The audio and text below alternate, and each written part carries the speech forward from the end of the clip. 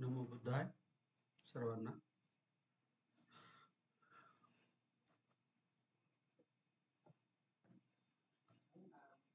कालचा होमवर्क केला सगळ्यांनी? हॅलो हॅलो, कालचा होमवर्क केला का सगळ्यांनी?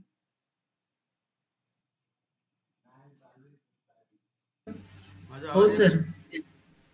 हा, भालेराव मॅडमने केलेलं दिसतंय. नकारार्थी वाक्य आपण सांगितले होते बनवायला.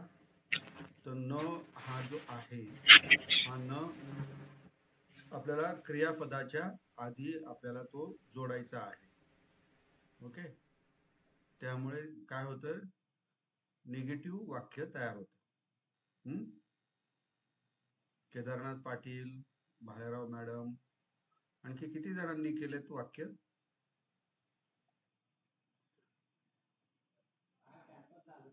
कोणी कोणी केले वाक्य?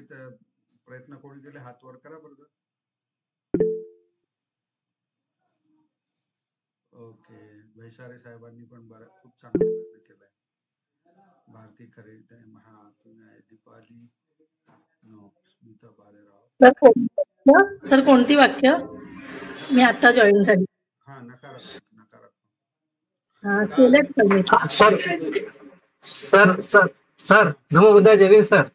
भैसारे बोलतो सर. हा, बोला सर. सर मी जे केलंय ते सर बघा ना सर, थोडं कदाचित चुकावं होतं. आणि मी एक सर तक्ता बनवलेला आहे, तक्ता याच्याबद्दल, म्हणजे तिन्ही काळाबद्दल. सर तो तपासा सर, तो बनवला आहे. मी बघितला तो, पण अच्छा, तपासला नाही.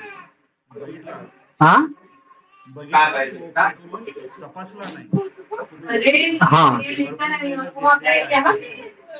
हो सर, म्हणजे ऍट ए ग्लास आपल्याला ऍट ए ग्लास मिळेल सर. ते बरोबर ऍट ए ग्लास मिळू शकतं. म्हणजे तीनही विभाग, तीनही आपले पुरुष आणि आपले तीनही काळ, अनेक वचन, बहुवचन आणि एक वचन, बहुवचन, म्हणजे तीनही, म्हणजे चांगलीच मी घेतले मी सर त्याच्यावर. सर एकदा तपासून घ्या, उदाहरणासहित आहे सर. सर थोडं भूतकाळाबद्दल सांगा. ओके सर थोडं भूतकाळाबद्दल सांगा. कोणाचा आवाज येतोय? सर भूतकाळाविषयी सांगाल सर आज थोडं? भूतकाळाविषयी परत सांगायचं? ओके ओके, काय हरकत हो सर.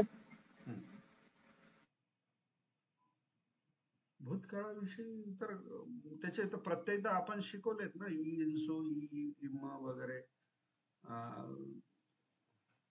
जसं वर्तमान काळाचे तसेच त्याचे प्रत्यय आहेत. इंसू, इथ आणि इम. हे पाठ आहे का तुमचे भूतकाळाचे प्रत्यय, रामटेके मॅडम? सर हे थोडं कठीण जात आहे मला भूतकाळाचं. ते काहीच कठीण नाहीये.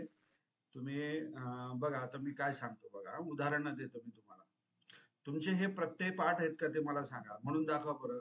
प्रथम पुरुष, मध्यम पुरुष आणि उत्तम पुरुष.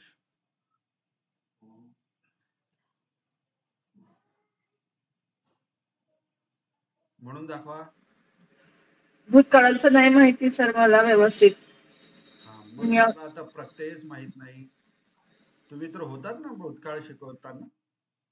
सर मी भूतकाळाच्या वेळेस नव्हती, भविष्यकाळ.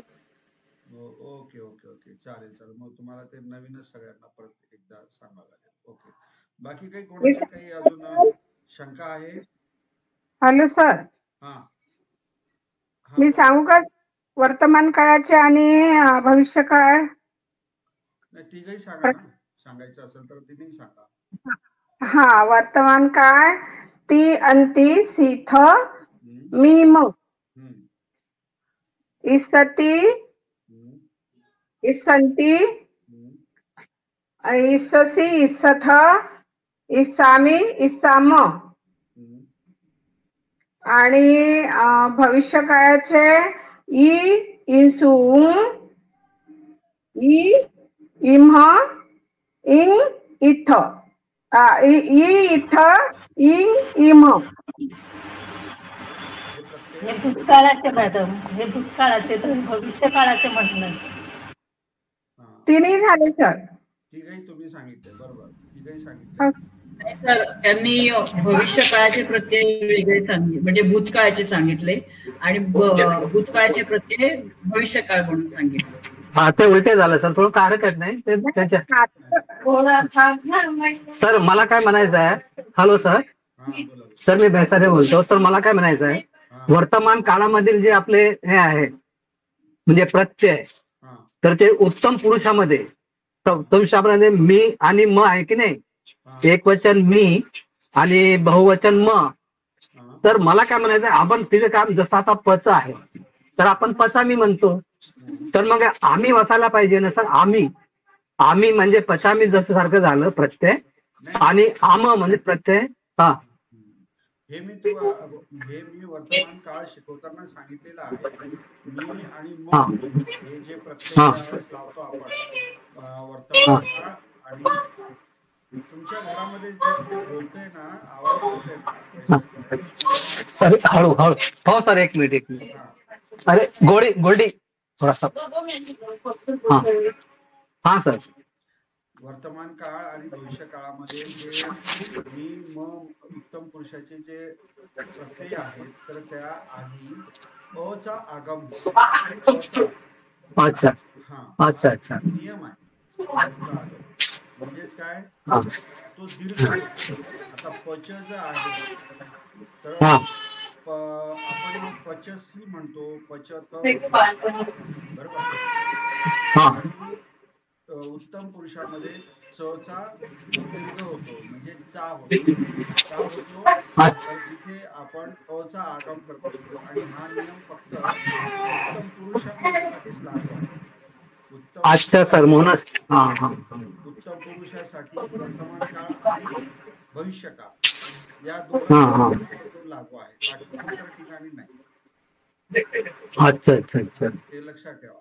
आता तो ओके सर. आगम का होतो, कसा होतो, तो डीप व्याकरणाचा भाग आहे, त्याच्याशी आपल्याला काही घेणं नाही. ओके.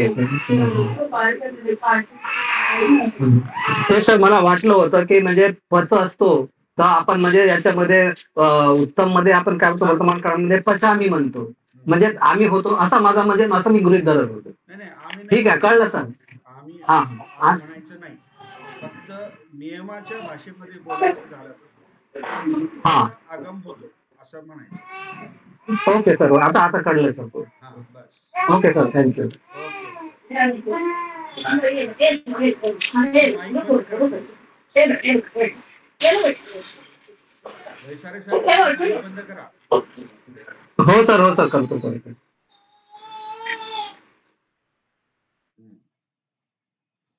चला, तर निगेटिव्ह वाक्य आपण बघितलेत. आज आपण प्रश्नार्थक वाक्य बघणार आहोत. आज आपण काय बघणार आहोत, प्रश्नार्थक वाक्य बघणार आहोत. तर प्रश्नार्थक वाक्यामध्ये क हा जो सर्वनामाचा प्रकार जो आहे, क हा फार मेजर रोल यामध्ये अदा करतो. म्हणजे क, तर त्यापासून किम हा शब्द तयार होतो. आणि किम म्हणजे काय, व्हॉट. बरं, आता नुसता हा किम नुसता एकच नाही आहे. शारदा सूर्यगंध मॅडमने हात रेज केलेला आहे. काही तुम्हाला काही विचारायचंय का? चुकून झाला असेल तर ते कट करून टाका. शारदा सूर्यगंध मॅडम. तर तो जो क जो आहे, तर मी तुम्हाला आधी सांगितलेलं की नाम, नंतर विशेषण आणि सर्वनाम यांची विभक्ती चालते. हे तुम्ही लिहून घ्या तुमच्या बुक्स मध्ये, आणि कायमचं लक्षात ठेवा, नाम, सर्वनाम आणि विशेषण यांची काय चालते, विभक्ती चालते. ओके, हे एक वाक्य लिहून घ्या. आणि दुसरं वाक्य आहे, क्रियापदामध्ये नेहमी पुरुष चालवले जातात. असे हे दोन वाक्य लिहा, म्हणजे तुम्हाला पुढे जमलिंग होणार नाही. काय सांगितलं मी, क्रियापदामध्ये पुरुष चालवले त्या जातात. आधीच सांगा सर. हा, त्या आधीच नाम, सर्वनाम आणि विशेषण, नाम सर्वनाम आणि विशेषण. विशेषण यांची विभक्ती हा चालवली जाते. त्यानंतर दुसरं वाक्य लिहा की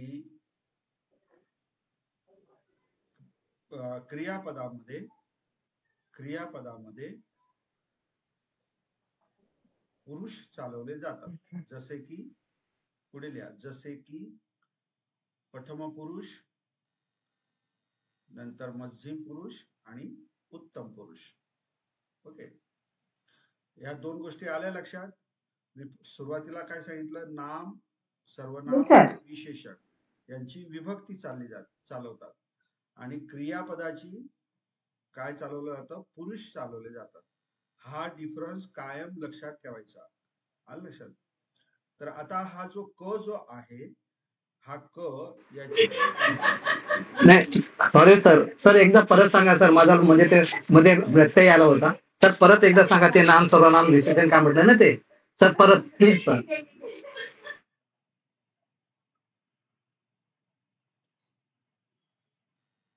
नाम सर्वनाम आणि विशेषण, नाम सर्वनाम आणि विशेषण यांची विभक्ती चालवली जाते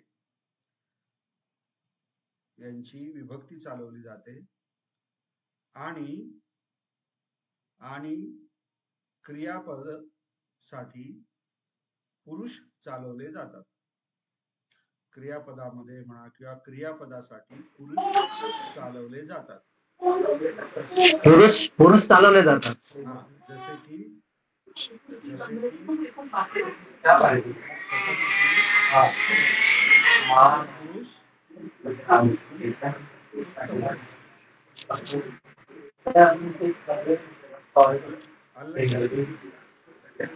yes sir okay sir, thank you. Okay. हो सर. हा, तर आता तुम्हाला तिन्ही काळातील वाक्य तुम्हाला आता बनवता येतात. म्हणजे सिंपल सेंटेन्स तुम्हाला बनवता येतात. मी आंबा खातो आहे, मी विहाराला जातो आहे, वगैरे वगैरे असे कर्ता, कर्म आणि क्रियापद अशा प्रकारचे तुम्हाला वाक्य बनवता येतात. काल आपण निगेटिव्ह च्या संदर्भात मध्ये बघितलं. तर निगेटिव्ह मध्ये आपण वाक्य किंवा शब्द कसे निगेटिव्ह करता येतात त्याचे वेगवेगळे प्रकार बघितलेत आपण. पालीमध्ये कशा कशा प्रकारे करता येतात. तर त्यामध्ये पहिल्यांदा आपण बघितलं, न हा अक्षर घेऊन आपण वाक्य निगेटिव्ह करतो. उदाहरणार्थ, भूपालो नगरं न आगच्छति, म्हणजेच काय, राजा नगराला येत नाही. परत हा न जो आहे हा आपण क्रियापदाच्या आधी जोडलेला आहे. ओके, अशी ही एक प्रथा म्हणजे नियम आहे. नंतर हाच न तुम्ही वाक्याच्या सुरुवातीला पण घेऊ शकता. न भूपालो नगरं आगच्छति. आता यामध्ये फरक काय आहे? आता सुरुवातीला तो न घेतला आणि इथे क्रियापदाच्या आधी घेतला.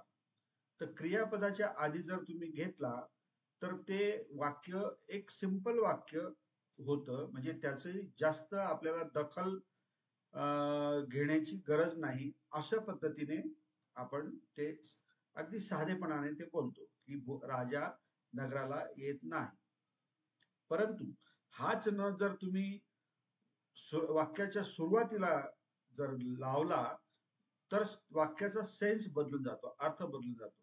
तर त्याचा अर्थ काय होतो, न भूपालो नगरं आगच्छति. म्हणजे काय, यामध्ये काय, न वरती काय दिला तुम्ही, जोर दिला. म्हणजे राजा नगराला येत नाहीच, म्हणजे येतच नाही असं म्हटलं तरी चालेल.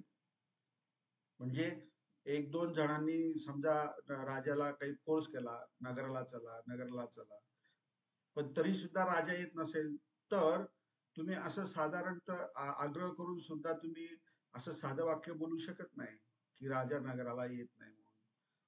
आता बोलताना काय म्हणणार मग त्या सेन्स मध्ये, त्या मोमेंटला, की न भूपालो नगरं आगच्छति, राजा येतच नाही. अशा पद्धतीने ह्या न चा जो आहे उपयोग सुरुवातीला आणि क्रियापदाच्या आधी.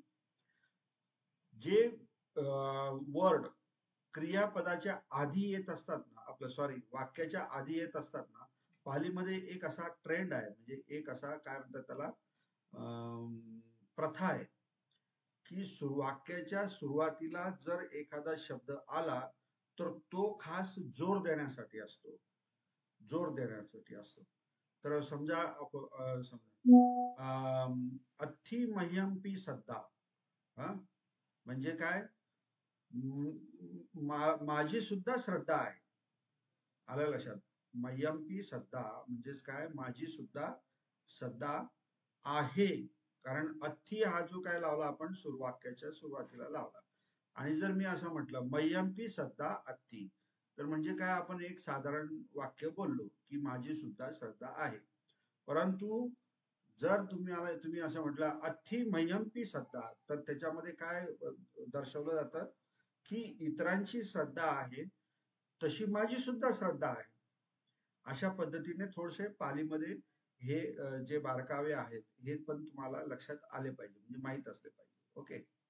त्यानंतर आपण हे बघितलं की न जो आहे तो अ जर समजा किंवा आ जर समजा क्रियापदाचा आ जर असेल आणि त्याला जर त्याच्या आधी न ठेवला तर त्याची काय होते, संधी होते. म्हणजे न अधिक आ गच्छती तर ना गच्छती असं होतं. परंतु बोलताना आपण न आगच्छती असं म्हणायचं असतं. ओके.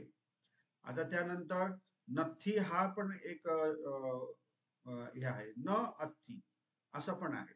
हा, तो पण नथी तस्मिम गेहे, काल आपण एक वाक्य बघितलं, नथी तस्मिम गेहे सो मनस्संग, म्हणजे त्या घरामध्ये सुख शांती सुख नाही आहे असं. न अथी अशा पद्धतीने पण तुम्ही निगेटिव्ह फॉर्म करू शकता. आणि तिसरा जो मी तुम्हाला सांगितला तो नो हा एक शब्द आहे किंवा अक्षर आहे, त्याचा उपयोग केव्हा करायचा असतो की जी क्रिया जी आहे ती करायला नाही पाहिजे, ती करण्यास योग्य नाही असं जर तुम्हाला म्हणायचं असेल तर नुसतं सिंपल न लावून उपयोग नाही. तर त्या ठिकाणी नो हा शब्द लावायचा असं. नो पाणी नो पाणी नो पाणी नो काय आपण नो पाणी नो आपण काल काय शब्द बघितला होता, हंत तब्बा. नो पाणी नो हंत तब्बा म्हणजेच काय की प्राण्यांची हत्या केली नाही पाहिजे. म्हणजे तो जोर देतो आहे, तो बोलणारा काय म्हणतोय की तो जोर देतो आहे.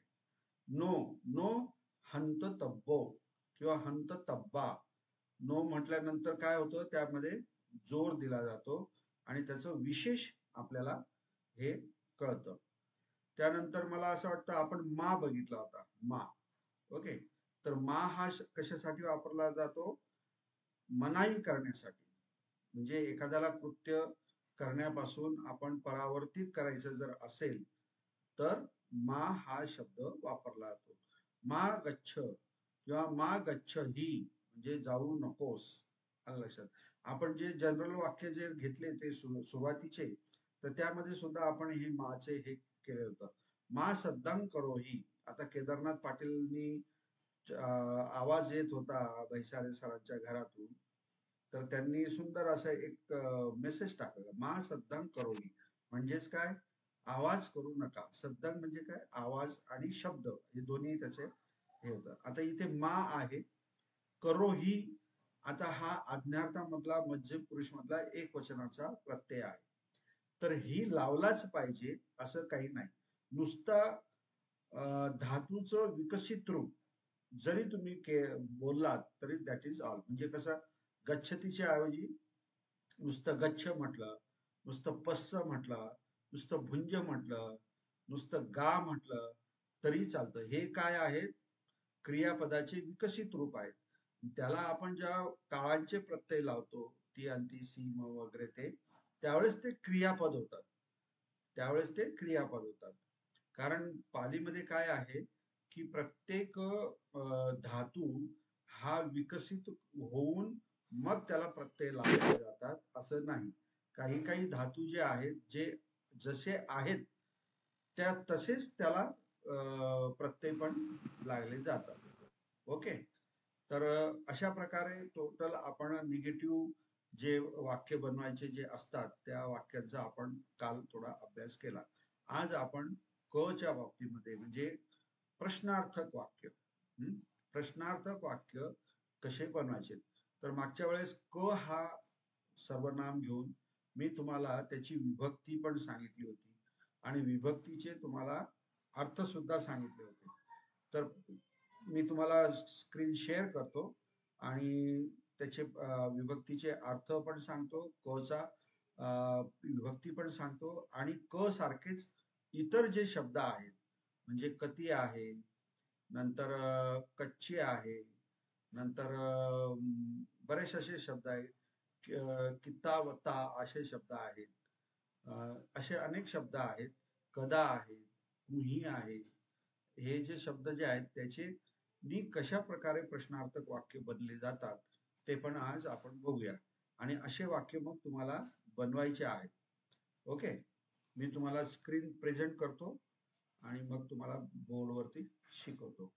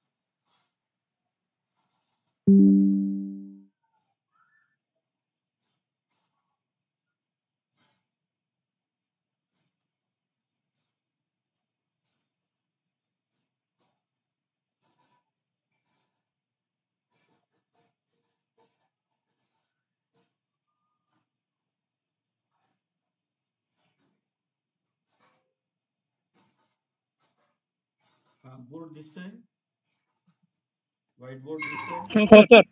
हो सर.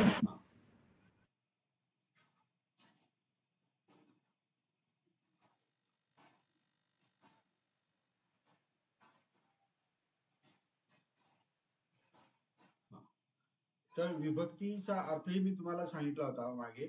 विभक्ती म्हणजे काय?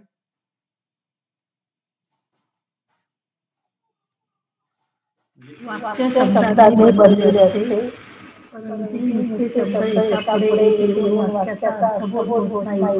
वाक्याचा अर्थबोध व्हावा म्हणून सरलेपुढे पण येते मला. म्हणजे एकच शब्द त्याला 7 विभागामध्ये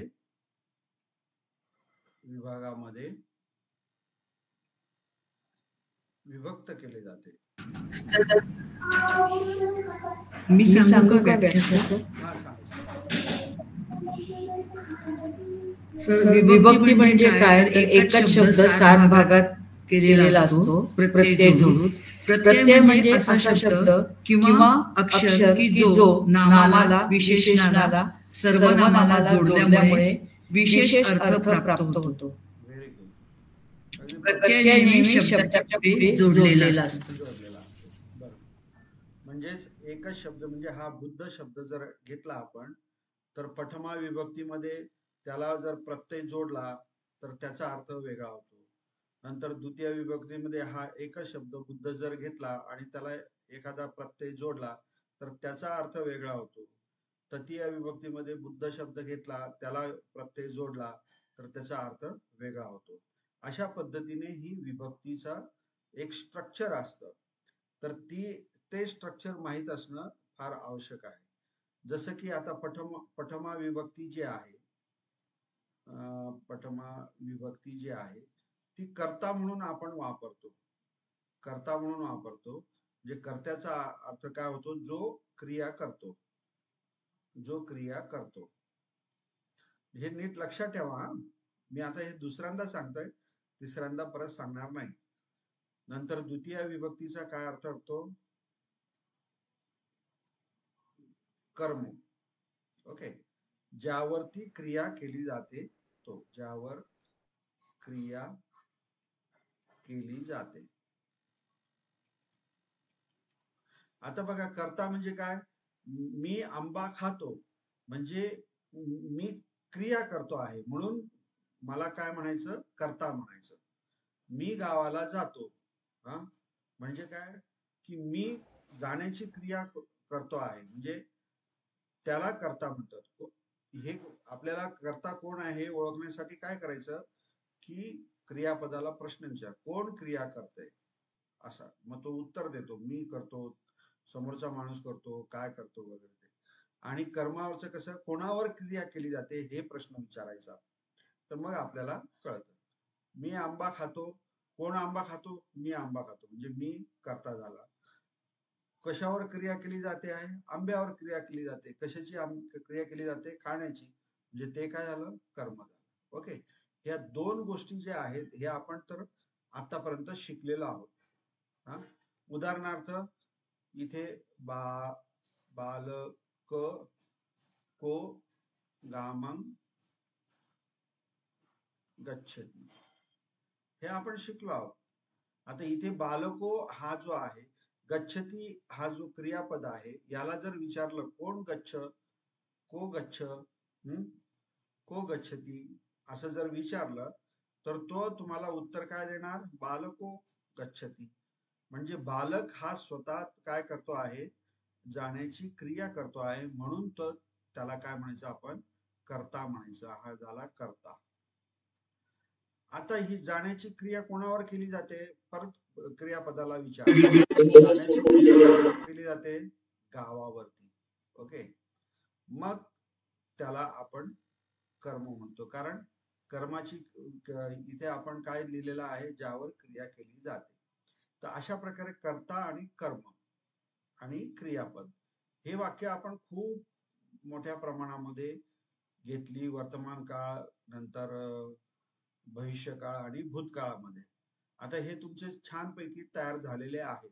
आता इथे बालको जो आहे, हा बालक जो आहे, आपण अकारांत जो शब्द आहे, अकारांत, ते आपण शिकवतात. अकारांत म्हणजे काय, ज्या शब्दाच्या शेवटी अ चा उच्चार होतो, अ स्वराचा उच्चार होतो, त्याला अकारांत, अंत ज्याच्या शेवटी अ चा उच्चार होतो, अंताला अ चा उच्चार होतो, त्याला अकारांत म्हणतो आपण. तर मग ह्या अकारांत शब्दाच्या वेळेस, कर्त्याच्या वेळेस पठमा विभक्तीला तिथे ओ हा प्रत्यय असतो, म्हणून हा ओ प्रत्यय आपण बालक अधिक ओ म्हणून तो बालको झालेला आहे. आणि जिथे जिथे तुम्हाला असा ओ शब्द कुठेही लागलेला दिसेल पारी वाचताना, तर समजायचं की तो क्रिया, आपला तो कर्ता आहे, तो स्वतः क्रिया करणारा आहे. आलं लक्षात, हे अगदी डोळे झाकून तुम्ही लक्षात ठेवायचं. पण तो शब्द कसा पाहिजे, अकारांत पाहिजे, म्हणजेच काय, त्याचा उच्चार, त्याच्या शेवटी अ चा उच्चार आला पाहिजे. ओके, म्हणजे कर्ता ओळखण्याचे दोन सिम्पटम्स आहेत, चिन्ह आहेत. एक तर तुम्ही क्रियापदाला प्रश्न विचारा, कोण क्रिया करतोय, तर जो तुम्हाला सांगेल की बालक करतोय, मनुष्य करतोय, वगैरे वगैरे. आणि दुसरा कसं ओळखणार करता, की जिथे ओ प्रत्यय लागलेला असेल तो शब्द काय असतो, कर्ता असतो. त्याचप्रमाणे कर्म कसं ओळखायचं, तर क्रियापदाला परत प्रश्न विचारायचा दुसरा, की कोणावर क्रिया होते आहे. आता इथे गच्छ आहे, तर कोणावर क्रिया होते आहे जाण्याची, तर गावावरती होते आहे, म्हणून गाम हे जे आहे कर्म आहे. ओके, हे एक पद्धत आहे कर्म ओळखण्याची. दुसरी पद्धत जी आहे ती म्हणजे सरळ सरळ द्वितीय विभक्तीचा हा जो प्रत्यय इथे लागलेला आहे अंग, त्याला लिहिताना आपण असा लिहितो अंग, परंतु उच्चार करताना आपण अंग आणि लिहिताना इथे अनुस्वार देतो आपण. तर ज्या शब्दावरती अनुस्वार असेल त्या शब्दाला कर्म म्हणायचं. हे पण दुसरी गोष्ट अतिशय चांगल्या पद्धतीने लक्षात ठेवा. काय म्हटलं मी? ज्या शब्दाच्या वर अनुस्वार असेल, ज्या शब्दाच्या शेवटच्या अक्षरावरती अनुस्वार असेल, तो शब्द नेहमी काय असतो? कर्म असतो. ओके. आणि ह्या कर्माचा मराठीमध्ये जर ट्रान्सलेशन करायचं असेल तर त्याचं ट्रान्सलेशन काय होतं? स आणि ला. ह्या गोष्टी मी तुम्हाला सांगितलेल्या आहेत आधी. मी हे थोडं रिपीट का करतोय की आपल्याला आता क च करायचं आहे म्हणून. ओके. सर पुन्हा सांगा ना ते.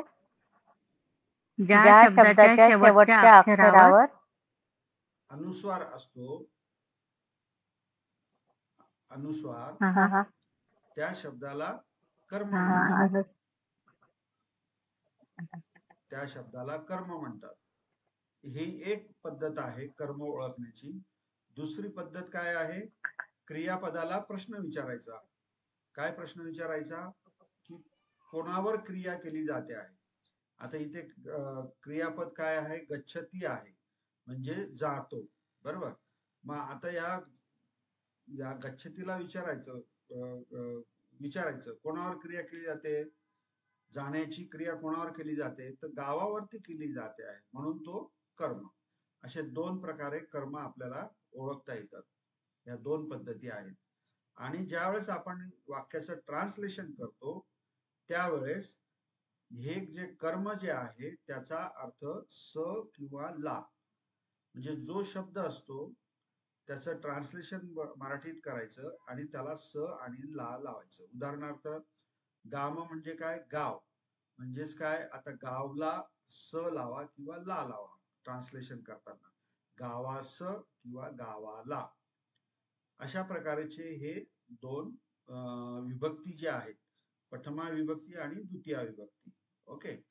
असं तुम्ही बोलू शकता किंवा लिहू शकता. तर या ठिकाणी आता आपण क जो आहे क, तो प्रथमा विभक्तीमध्ये काय होतो? को होतो. को. कारण काय? क अधिक ओ. क अधिक ओ. को. प्रथमा विभक्ती. यालाच आपण काय म्हणतो? कर्ता म्हणतो. ओके. नंतर द्वितीय विभक्तीमध्ये काय? द्वितीय विभक्तीचा हे प्रत्यय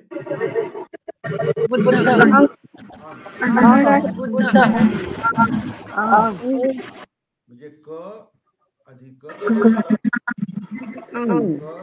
अंग काय झालं? कंग झाला. हा क आहे, हा लक्षात ठेवा. क इथे परत नीट व्यवस्थित लिहिलं.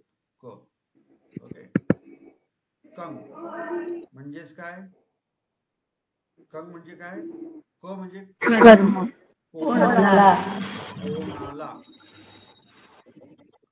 कोणाला. आणि हा कर्ता म्हणजे काय? कोण. को भासती म्हणजे कोण बोलतो, नाही का? को पसती म्हणजेच काय? कोण बघतो. हा. कोण बघतो. हा. को धावती. हा. को धावती म्हणजेच काय? कोण धावतो. हा. के. आता हा एक वचनामध्ये, आधी आपण ठीक आहे एक वचनाचं करून घेऊ आपण. आता नंतर भविष्य काळामध्ये कसं म्हणणार? को धावी सती, नाही का? म्हणजे कोण धावणार. को धावी म्हणजे कोण धावले, कोण पळाले भूतकाळामध्ये. अशा प्रकारे तुम्ही हे वाक्य करू शकता. म्हणजे बघा, को धावती हे वर्तमान काळातलं वाक्य दिलं तर कोण धावतो. ओके. नंतर भविष्य काळामध्ये को धावीस सती, म्हणजेच काय, कोण धावणार. कोण धावले. को धावी म्हणजे कोण कोण धावले. धावले. धावले. अशा प्रकारे तिन्ही काळामध्ये आपण कोचा हे केला. आता इथे जर क्रियापदाला तुम्ही विचारला कोण धावतो आहे, तर तो कोण सांगणार, को हा म्हणजे जो कोणी जो असेल तो. आता हा को बालको असू शकतो, नाही का, कोणी असू शकतो, गहपती असू शकतो, भूपाला असू शकतो, कोणी असू शकतो. त्याचं उत्तर मग तुम्ही द्यायचं असतं. ओके. आता या ठिकाणी आलं लक्षात, कोचा अर्थ को धावती हे सगळे काय प्रश्नार्थक आहे. हा, प्रश्नार्थक. को धावती, को धाविसती, को धावी, हे तिन्ही काळांमधले वाक्य मी तुम्हाला दिले. ओके. आता द्वितीय विभक्ती जी आहे त्याचा जो प्रत्यय आहे तो अंग आहे. द्वितीय विभक्तीचा प्रत्यय काय आहे, अंग आहे. आणि प्रथमा विभक्तीचा प्रत्यय काय आहे, ओ आहे. ओके. आता या ठिकाणी जर समजा कंग हा जो आपण घेतला, क अधिक अंग, कंग, त्याचा अर्थ काय होतो, कोणाला. ओके. काय अर्थ होतो, कोणाला. कंग म्हटलं म्हणजे कोणाला. आता मी जर इथे लिहिला की बालको कंग उदकं ददाती. ओके. तर काय अर्थ होईल याचा, उदक म्हणजे काय, पाणी. पाणी. याचा कोणाला पाणी देतो. हा, बालक कोणाला पाणी देतो. किती सिंपल आहे ना. कंग, कंग म्हणजे काय, कोणाला. ओके. बालक कंग उदकं ददाती, हे वर्तमान काळाचं वाक्य झालं. वर्तमान काळ. हेच वाक्य तुम्ही जर भविष्य काळामध्ये जर करायचं म्हटलं तर काय होईल, बालको कंग उदकं ददिस्सती, म्हणजे मुलगा कोणाला पाणी देणार किंवा देईल, अशा पद्धतीचं ते वाक्य होईल. किंवा भूतकाळामध्ये बालको कंग उदकं ददी. ददी असं येईल, ददी. ओके. म्हणजे बालकाने कोणाला दिले. हे भूतकाळ ना, भूतकाळ. ई प्रत्यय लागलेला आहे इथे. दा हा त्याचा मूळ धातू आहे, परंतु हा जो धातू जो आहे ना, हा धातू याचं द्वित्व होतो आणि तो दद होतो. तर आता ते आणखी परत त्याचं बरंच व्याकरण आहे, तर तुम्ही दद लक्षात ठेवून त्याला ई लावलेला आहे असं तुम्ही लक्षात ठेवा. बालको कंग उदकं ददी म्हणजे काय, भूतकाळातलं वाक्य, मुलाने कोणाला पाणी दिले. देतो, देणार आणि दिले. बघा, तिन्ही काळातले वाक्य इथे दिलेले आहेत. ओके. आणखी कोणचं वाक्य बनवता येईल, द्वितीय विभक्तीचं कसं वाक्य बनवता येईल, मनुष्यो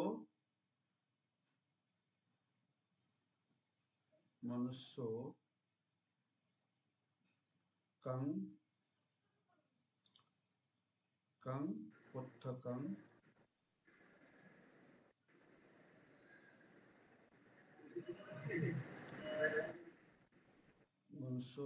पुत्थकं ददाती, हे पण होईल, आहे की नाही. म्हणजेच काय झालं, मनुष्य कोणाला पुस्तक देतो असं त्याचा अर्थ होईल.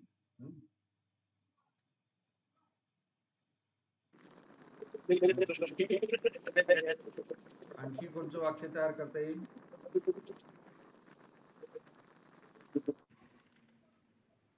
आचार्यो कंग पुस्तकं ददाति. आचार्यो कंग पुस्तकं पुस्तकं ददाति. ददाति. बरोबर. म्हणजे आचार्य कोणाला पुस्तक देतात. देतात, असं आहे. Okay okay. ही काय झाली, द्वितीय विभक्ती झाली. हा क जो आहे ना, हे प्रश्नार्थक आहे. आता हे सगळे वाक्य मी तुम्हाला प्रश्नार्थक बनवत आहे. इथे ददाती, इथे प्रश्नार्थक चिन्ह. ओके.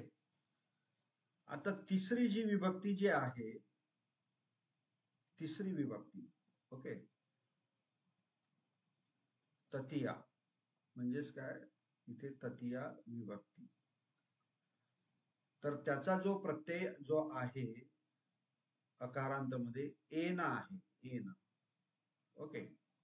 तर हा एन जो आहे, जर समजा आपण अकारांत शब्दाला जोडला, समजा आता बुद्ध शब्द आपण घेतला, त्याला हा एन जोडला, तर शब्द काय बनतो, बुद्धेन. देण. आणि याचा अर्थ काय होतो, बुद्धाद्वारे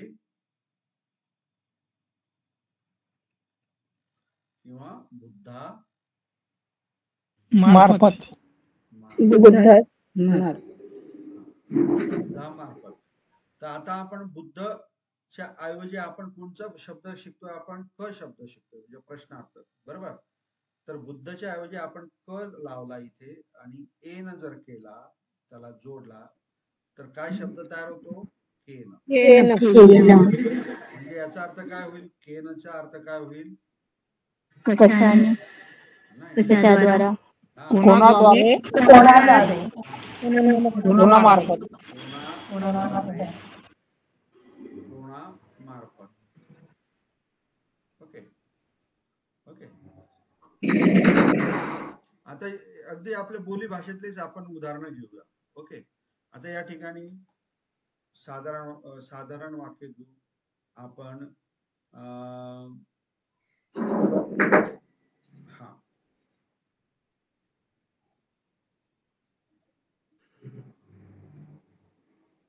बालको केन पुरुषेन, असं, केन पुरुषेन धम्मं गण्णाति, गण्णति. हा, केन पुरुषेन धम्मं. ओके. आता बघा, हे वाक्य सिंपल वाक्य आहे. कसं वाक्य आहे, बालको केन पुरुषेन धम्मं गण्णाति. आता इथे गण्णाति हे काय, क्रियापद आहे. कशावरनं, कारण हा ती क्रियापदाचा प्रत्यय इथे लागलेला आहे, वर्तमान काळाचा, म्हणून गण्णाति. आता गणणं म्हणजे काय, घेणे, हा, प्राप्त करणे.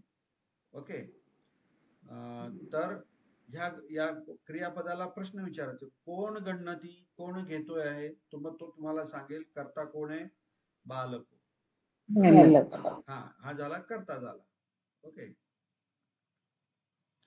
आणि परत दुसरा प्रश्न ह्या गणणतीला विचारला, काय गणना करतोय तो, म्हणजे काय, तर तो उत्तर देतो धम्म. हा, धम्म म्हणजे हा काय झाला, कर्म झाला. हे दोन प्रश्न क्रियापदाला विचारायचे, म्हणजे विचारायचेच. ही जर प्रॅक्टिस, ही सवय जर तुम्ही लावली, तर तुम्ही चांगल्या पद्धतीने पाली समजू शकता आणि पुढे जाऊ शकता.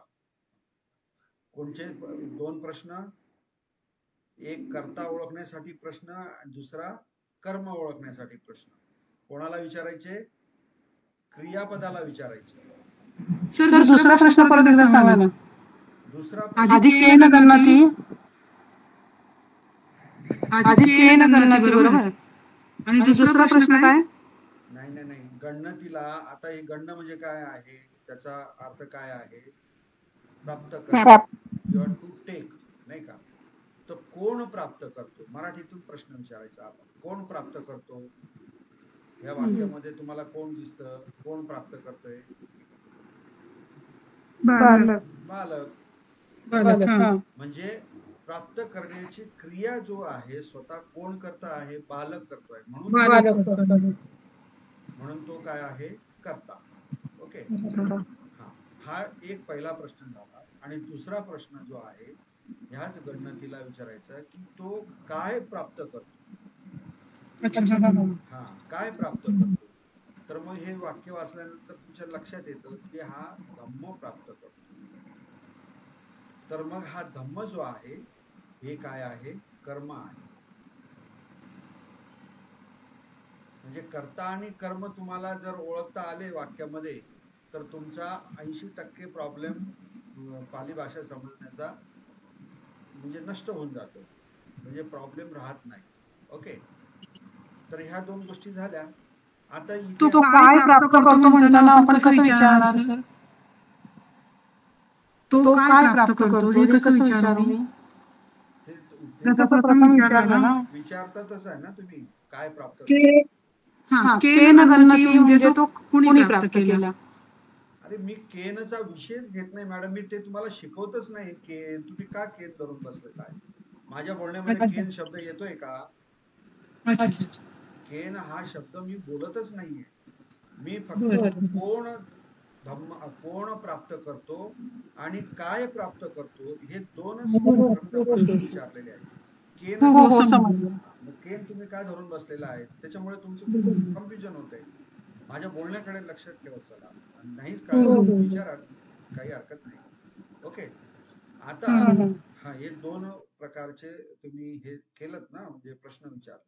आता हा जो केन पुरुषेन जो आहे याचा अर्थ काय होतो, कोणत्या पुरुषाद्वारे.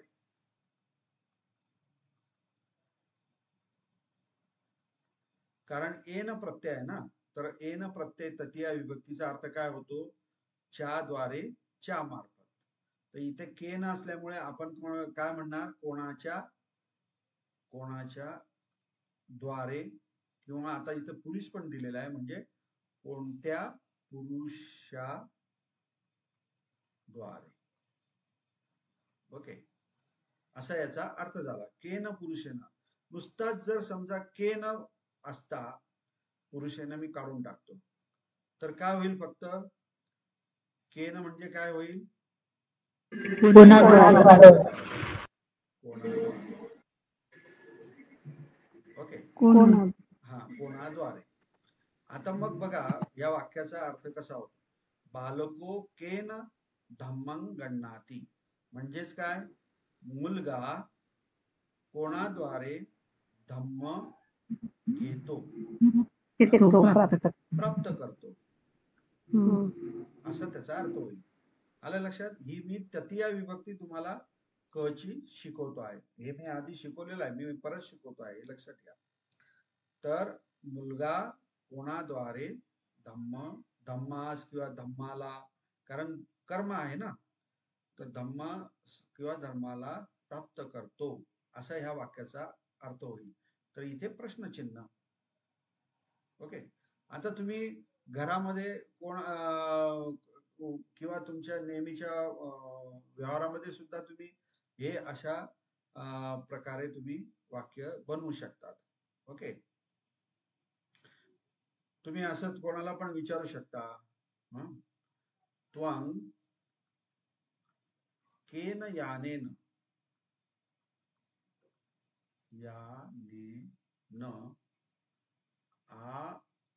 गच्छ. कोणचा प्रत्यय लागेल इथे आता, गा गच्छ. व्हेरी गुड, आगच्छसी. कारण त्वं हा करता आहे म्हणून. आता याचा अर्थ काय झाला बघा, त्वं केन यानेन आगच्छसी. म्हणजे तू कोणत्या यानाद्वारे, म्हणजे गाडीने, कोणत्या गाडीने येतोस किंवा येतो, असा प्रश्न तुम्ही विचारू शकता ना. आता हे झालं काय, वर्तमान काळामध्ये. भविष्य काळामध्ये कसं विचारणार त्याला, समोरच्या व्यक्तीला. भविष्य काळाचं मध्ये हेच वाक्य तुम्हाला करायचं आहे. तर कसं करणार, त्वं केन यानेन आगच्छसि. म्हणजे तू कोणत्या गाडीने येणार आहेस, बरोबर. आता तुम्हाला तुमच्या एखाद्या मित्राचा फोन आला, तो म्हटला की अरे मी उद्या दिवशी येतोय तुझ्याकडे चिकन मटन वगैरे सगळं खायला वगैरे. तर तुम्ही काय म्हणणार? हा, आम, हा हो, हा आम त्वं आगच्छ म्हणजे तू ये. अलग लक्षात. त्वं आगच्छ किंवा आगच्छ ही असं तुम्ही म्हणा. हा तू ये. परंतु मग तुम्ही त्याला म्हणणार की तू कोणत्या गाडीने येणार, असं जर तुम्हाला म्हणायचं असेल तर मग तुम्ही कसं म्हणायला पाहिजे? त्वं केन यानेन आगच्छीसि, म्हणजे तू कोणत्या गाडीने येणार आहे असं तुम्ही विचार. आणि जर समजा तो पाहुणा तुमच्या घरी आला आणि आल्यानंतर मग तुम्ही जर विचारलं त्याला, जेव्हा विचारताय तर मग कसं म्हणणार? त्वं केन यानेन आगच्छि. Very good, very nice. म्हणजे तू कोणत्या गाडीने आला. आगच्छीला काय ई प्रत्यय लावला. काय नाव मॅडम तुमचं? कोण बोलला आता हे? Leena Petkar. Very nice, good. तर अशा प्रकारे तृतीय विभक्ती जी आहे त्याचा प्रत्यय काय आहे? एन. आणि आपण क हा प्रश्नार्थक हे आपण वापरतोय. ओके, आता आलं तृतीय विभक्ती लक्षात. आता चतुर्थी विभक्ती. चतुर्थी विभक्ती जी आहे तीचा उपयोग काय आहे? च्या साठी किंवा च्या. ओके, चतुर्थी च्या साठी किंवा च्या करिता. आता इथे आपण क वापरतो आहे तर त्याचे प्रत्यय आहेत चतुर्थी विभक्तीचे स आणि आ, य. ओके, मग ह्या क ला आपण हा डबल स लावायचा म्हणजे काय होईल? कस्स. आणि हा आय इथे काही येणार नाही सर्वनामामध्ये, तर कस्स आय येईल. ओके, तर कस्सचा अर्थ काय झाला? म्हणजे च्या साठी, च्या करिता असा त्याचा अर्थ आहे. तर कस्स म्हणजे काय? कोणा करिता. कोणासाठी, कोणाकरिता. कोणासाठी, कोणाकरिता. मग याचं वाक्य उपांतर कसं करणार?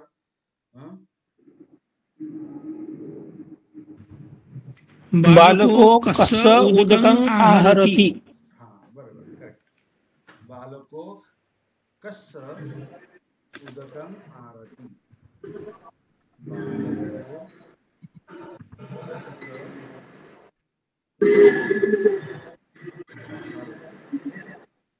म्हणजेच काय? मुलगा कोणासाठी पाणी आणतो. इथे प्रश्न. आचार्यो कस्य पोथकं ददाति. आचार्यो कस्य पोथकं ददाति. आचार्यो कस्य पुस्तकं ददाति म्हणजे काय? आचार्य कोणासाठी, कोणाकरिता पुस्तक देतात. ओके, देतात. आता हे चतुर्थी विभक्तीचा हा मी एकच तुम्हाला उपयोग सांगितला, परंतु दुसरा उपयोग जो आहे तो ज्याला द्यायचं असतं म्हणजे संप्रदान म्हणतो आपण त्याला. संप्रदान ज्याला द्यायचं असतं ना त्यासाठी पण आपण वापरतो. आलं लक्षात? म्हणजे आता तुम्ही इथे कसं कोणाकरिता किंवा कोणासाठी म्हणतायत, परंतु तुम्ही इथे कोणाला आणि असं सुद्धा म्हणू शकतात. आलं लक्षात? जसं की आता द्वितीय विभक्तीमध्ये पण तुम्ही म्हणतात की ला लावायचा किंवा कोणाला वगैरे, परंतु ज्या वेळेस तुम्ही देतात ना एखाद्या कोणाला तर त्यावेळेस सुद्धा चतुर्थी विभक्ती वापरली जाते. म्हणजे आता इथे बालको कस्य उदकं आहरति म्हणजे मुलगा कोणाला उदकं ददाती असं जरी म्हटलं ना तर कोणाला देतो असं त्याला, कोणाला पाणी देतो असं पण त्याचा अर्थ होईल. हे लक्षात ठेवा. म्हणजे दोन प्रकारचा अर्थ होतो, एक देण्यासाठी आणि एक च्या करिता आणि च्यासाठी. हे थोडं तुम्ही जरा लक्षात ठेवा, कन्फ्युजन होईल परंतु प्रॅक्टिसने ते होऊन जाईल. आणखी उदाहरण काय होईल? आणखी काय उदाहरण? याचं मराठी सर हॅलो सर याचा मराठीत अर्थ बालक कोणासाठी पाणी आणतो असं पण होईल ना सर? आरती. हो हो हो बरोबर, तसंच होईल. बरोबर बरोबर.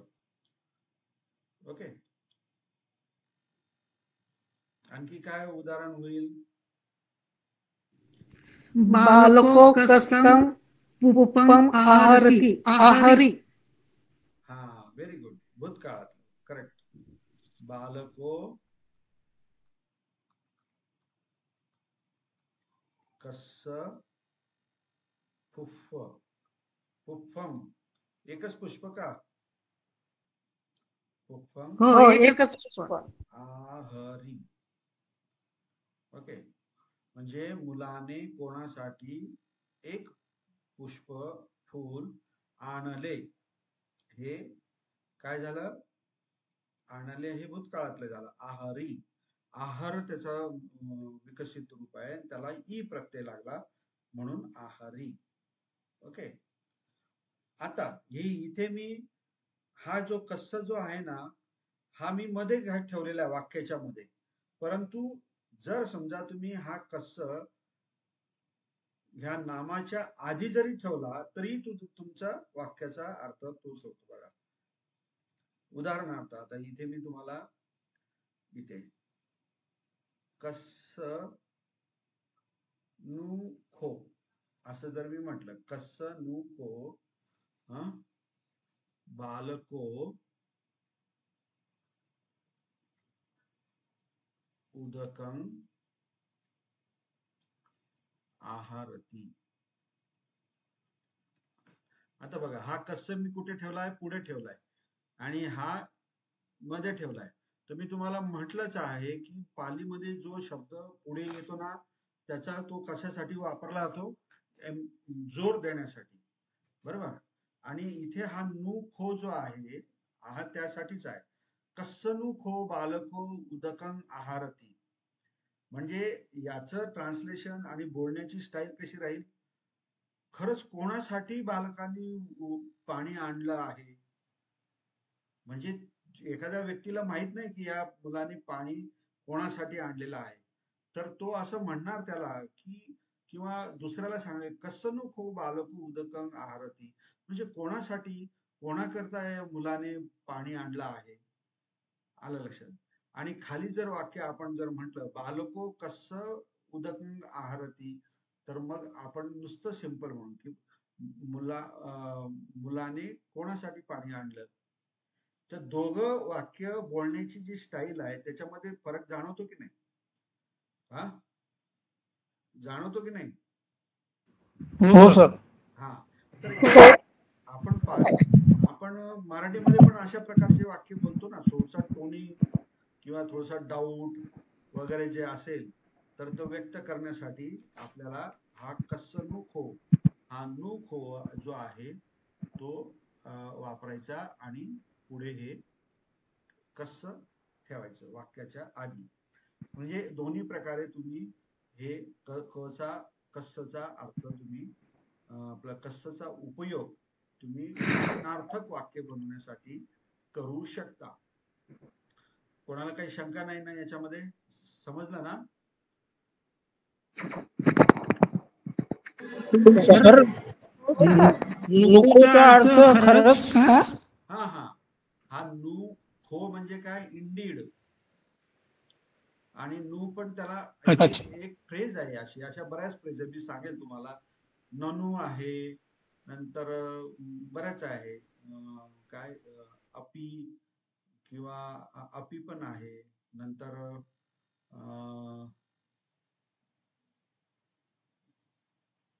आता मला आठवत नाही. ह्या न वरनं नु ननु खो वगैरे वगैरे असे बरेचसे शब्द आहेत इथे. परी. परी. परी. हा नाही, हा तो उपसर्ग आहे. परी. परी परी उपसर्ग आहे वगैरे. हा उपसर्ग. ओके. हा तर पुढचं आता घेऊया आपण. 10 वाजले. एक शेवटचा घेऊ आपण, पंचमी विभक्ती. ओके. आपण शब्द काय घेतलाय? क. तर या पंचमी विभक्तीचे स्मा, म्हा आणि आ हे प्रत्यय आहेत. ओके. तर क ला स्मा जोडला तर काय होईल? कस्मा. क ला म्हा जोडला तर काय होईल? कम्मा. आणि क ला आ जोडला तर काय होईल? का. ओके. तर हा का जो आहे हा सहसा वापरला जात नाही. आलं लक्षात? तर कस्मा किंवा कम्मा. तर याचा अर्थ काय होतो पंचमी विभक्तीचा? च्या पासून. च्या पासून म्हणजे विरह होणे. विरह होणे. ओके. म्हणजे आता इथे जर मी म्हटलं कस्मा गामस्मा, कस्मा गामस्मा बुद्धं बुद्धो आगच्छति किंवा आगच्छी असं बोलणार. भूतकाळातलं वाक्य केलं मी, आगच्छी. आता मला इथे सांगा, इथे कर्ता कोण आहे? मी ज्या पद्धतीने म्हणजे तुम्ही विचारलं कोण कोण आलं तर तुम्हाला उत्तर मिळालं बुद्ध. बुद्ध आहे. म्हणजे येण्याची क्रिया कोणी केली? बुद्धांनी केली. आणि कर्म काय आहे? कर्म काय आहे या ठिकाणी?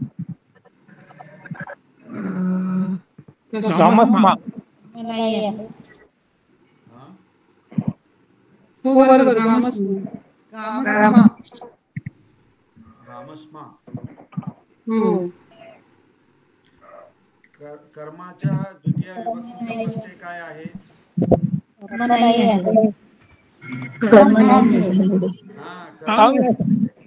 याच्यामध्ये कर्म नाहीच आहे. अलग लक्षात. कारण ते अनुस्वार पाहिजे द्वितीय विभक्तीचा. अंग हा प्रत्यय जोडलेला पाहिजे. असा एकही शब्द दिसतोय का इथे अंग जोडलेला? नाही. त्यामुळे इथे या वाक्यात कर्मच नाहीये. अलग लक्षात. काय आहे? कस्मा आणि गामस्मा ही पंचमी विभक्ती आहे. आलं लक्षात? ही पंचमी विभक्ती आहे. तर मग याचा अर्थ काय झाला? कस्मा गामस्मा म्हणजे कोणत्या गावातून किंवा गावापासून. ते च्या पासून म्हटले ना आपण पंचमी विभक्तीचा अर्थ. कोणत्या गावापासून किंवा कोणत्या गावातून बुद्ध आले असा त्याचा हे होईल. काय होईल? कोणत्या गावातून बुद्ध आले. किंवा असं जर मी म्हटलं कस्मा गामस्मा बुद्धो आगच्छति तर काय होईल वाक्याचा अर्थ? कोणत्या गावातून बुद्ध येणार. कोणत्या गावातून येणार हे भविष्य काळ नाही का? तर इथे पंचमी विभक्तीचा अर्थ काय? च्या पासून वगैरे वगैरे. तर अशा प्रकारे आपण आज पंचमी विभक्तीपर्यंतच आपण शिकूया.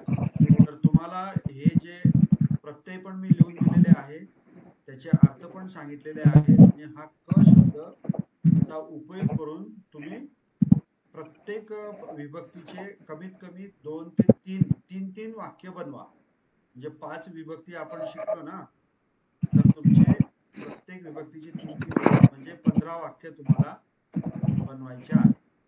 15 वाक्य वर्तमान काळातले, 15 वाक्य भविष्य काळाचे आणि 15 वाक्य काय भूतकाळाचे. असे तुम्हाला 45 वाक्य प्रश्नार्थक वाक्य बनवायचे आहे. आता तुम्ही थोडेसे तुम्ही काय म्हणतात त्याला, घोट्यापर्यंत पाणी आहे ना, तिथपर्यंत तुम्ही पाण्यामध्ये उतरलात. आता समजा तुम्ही आतापर्यंत काय किनाऱ्यावर मध्येच तुम्ही फिरत होते इकडे तिकडे. आता प्रत्यक्ष तुम्ही आता थोडे घोट्यापर्यंत पाण्यात उतरलात, नंतर गुडघ्यापर्यंत नाही का, नंतर मग कमरेपर्यंत, नंतर छातीपर्यंत, मग नाकापर्यंत, आणि नंतर मग पूर्ण तुम्ही पालीच्या सागरामध्ये पूर्णपणे डुबकी मारणार. तर ते डुबकी मारेपर्यंत कोण हिम्मत करतो, कोण राहतो, कोण टिकतो, ते आपण बघूया. ज्याला खरंच शिकायचं असेल तो टिकेल आणि तो करेल. बरोबर की नाही? हा, काय केदारनाथजी? बरोबर सर. बरोबर. हो सर. पाली भाषा आणि धम्म शिकण्यासाठी काय पाहिजे? साहस, शौर्य, वीर्य, हिम्मत, ह्या गोष्टी जर तुमच्यामध्ये असेल तरच तुम्ही धम्म शिकू शकता आणि पाली भाषा शिकू शकता. हे लक्षात ठेवा. सातत्य पाहिजे. ओके. तर मग हे 45 वाक्य तयार करून मला ग्रुपवर पाठवा. पाठवाल? हो सर. हो सर. मी जसं सांगतो तसं त्या पद्धतीने तुम्ही करा, म्हणजे तुम्हाला काही प्रॉब्लेम येणार नाही. ओके. तर भारती खरे मॅडम करणार, मला त्यांची गॅरंटी आहे. Because she is so sincere. आलं लक्षात? हा, ठीक आहे. मग आज या ठिकाणी आपण थांबू. बाकीचे बरेचसे लोक उशिरा जॉईन करतात, त्यामुळे पहिल्यांदा त्यांचं जे मी सांगतो महत्वाचं ते मिस होऊन जातं.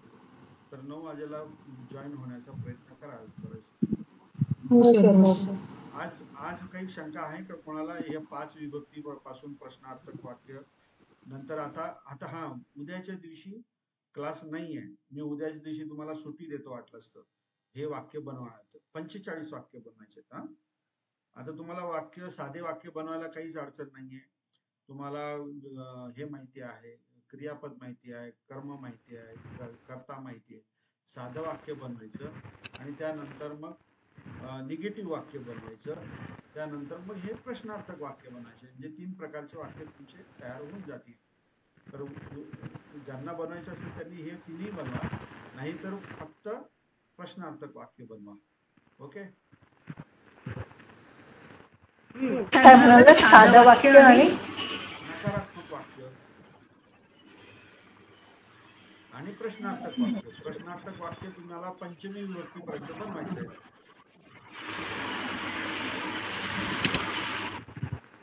आलं लक्षात? तर मला एक म्हणायचं होतं, 16 तारखेपासून जरा 2-3 दिवस मी जॉईन होऊ शकत नाही, गावाला जाते त्याच्यामुळे. अभ्यास जर टाकला तर बरं होईल. हो. नाही, आता मी काय करतोय, व्हिडिओ रेकॉर्ड करतो आहे. आजचं पण लेक्चर रेकॉर्ड होत आहे.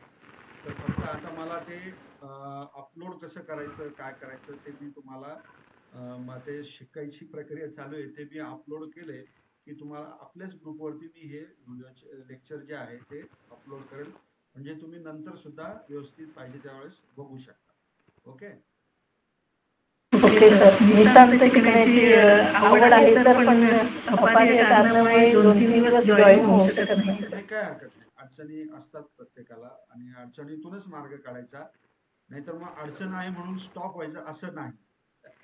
अडचणीतून मार्ग काढायचा. पाण्याचा गुणधर्म कसा आहे, तो अडचणीतनं मार्ग काढतो. खड्डा आला तर त्या खड्ड्याला भरून टाकतो, मग पुढे जातो. दगड आला तर त्या दगडाच्या बाजूने निघून जातो, नाही का? चढ आला तर पूर्ण असं भरून मग वरती परत जातो. त्या हा पाण्याचा गुणधर्म जो आहे ना, तो आपण ठेवायचा अडचणींवर मात करण्यासाठी. ओके. पण सातत्य सोडायचं नाही. चला, ओके. आपण थांबूया. उद्याच्या दिवशी क्लास, उद्या बुधवार आहे ना? हा, बुधवार आहे उद्या. हा, तर मी गुरुवारला सकाळीच तुम्हाला मेसेज देईल की क्लास आज आहे किंवा नाही. आजचा मंगळवार आहे ना, उद्या क्लास नाही. गुरुवारला मी सकाळीच तुम्हाला मेसेज देईल. सगळ्यांनी मेसेज बघायचा, क्लास आहे किंवा नाही.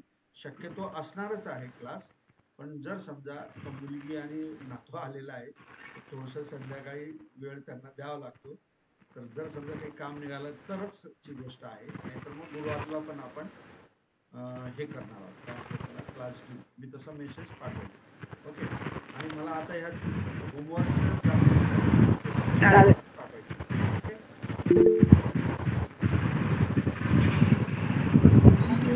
ओके. Good night. जय भीम सर. नमस्कार. जय भीम सर. शुभरात्री सर. जय भीम सर. धन्यवाद. सर एक विनंती आहे सर. सर बोलू? हा बोला ना मॅडम. हॅलो हा बोला. सर, आपले बोली भाषेचा आपला हा ग्रुप आहे, तर बहुतेक जण गृहपाठ पाठवतात, बरोबर आहे. तर माझी अशी विनंती आहे की इतर काही मेसेजेस आजच आणखी एक इतर मेसेज इतर मेसेजेस फक्त पाली भाषा नको ग्रुपवर. प्रत्येकाने forwarded message sir. No forwarded message किंवा इतर मेसेज कोणीही पाठवू नका. कारण काय की विनाकारण ते आपल्या मोबाईलचे ते हे फुल होत असते आणि मन डायव्हर्ट होतं. ते माणूस काय ते वाचत बसतो, इकडचं तिकडचं बघत बसतो आणि जे नेहमी वाचायचा अभ्यास करायचं ते बाजूला राहून जातं. तर प्रत्येकाने कटाक्षाने पथ्य पाळायचे, म्हणजे नियम पाळायचा की इतर कोणताही मेसेज जो आहे तो टाकायचा नाही. फक्त बुद्धांचा मी त्या ठिकाणी काही वचन वगैरे जे आहेत मी ते टाकत जाईल, ते तुमच्या फायद्यासाठीच राहतील. तर बाकी असे तुमचे फॉरवर्डेड वगैरे टाकायचे नाही. हा, बुद्धांचे जर तुम्ही स्वतः काही केलेलं असेल तरच, स्वतः लिहिलेलं असेल तरच, मित्रांचं बघून आणि ते फॉरवर्ड करायचं तसं काही करू नका. ओके.